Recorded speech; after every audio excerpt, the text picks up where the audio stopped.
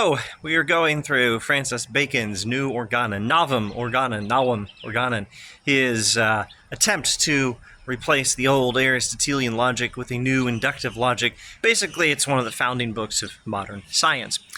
Bacon is talking about the idols of the mind, and he says, the formation of notions and axioms on the foundation of true induction is the only fitting remedy by which we can ward off and expel these idols.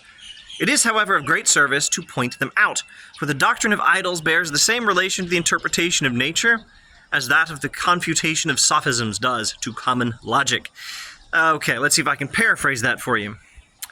Well, basically, he's saying that we need to know how to think correctly. That's the most important thing. That's the only way to avoid these errors that he's describing using the phrase, the idols of the mind. How did I say it last time? The bad habits and rules for thinking that lead us into error. These are the idols of the mind. And the only real solution is correct thinking, in particular, correct inductive thinking. But it helps to point out the errors. It's not as important as learning how to do it right, but it is necessary at some point to point out the errors and learn how to avoid them. Just as in a traditional study of logic, we study how to think correctly, and we also study what are some of the major logical fallacies and how do we avoid them.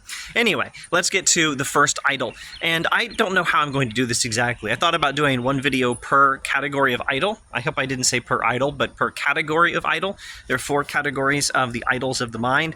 The idols of the tribe, the cave, the market, and the theater. And I thought about doing one video for each of the 4, but he's actually going to describe each of them, and then he's going to, one by one, go into detail and go over some examples. So I'm not really sure what the plan is at this point, except I think in this video we'll just briefly introduce the idols of the tribe. The idols of the tribe, he says, are inherent in human nature and the very tribe or race of man. So tribe here means humanity.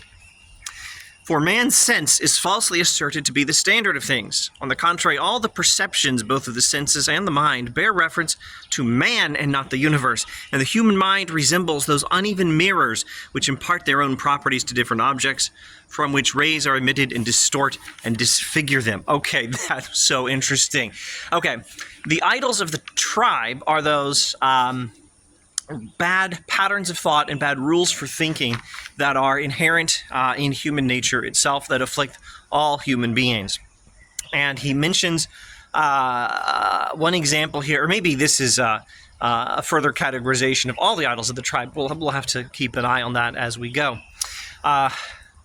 Thinking that our senses give us reality as it is. So think here of any example you could think of, maybe something about light and color, where science seems to tell us that what's actually happening is such and such, but our senses seem to tell us something different. Our senses seem to tell us that the best green, I suppose, maybe that way, that these trees back there in the background on the hillside back there, that those trees are green, and that the green is a property layered over the surface of things. And the science seems to tell us that really all we have is a tendency of things to reflect light at a certain wavelength, and maybe the color is only in our mind. So the assumption that our senses are giving us reality directly, simply, and as it is, that's one of the idols, or that is all the idols. That's the at least the paradigmatic case of the idols of the tribe, the idols inherent in human nature itself, the bad habits of thinking and rules for thinking that are built into all of us. And in reality, Bacon explains, in reality, our faculties for knowing the world do tend to distort things to some extent. We're like, our sensory faculties, or faculties for knowing the world, are like crooked mirrors that distort things. All right, that's enough for now. Thanks for watching.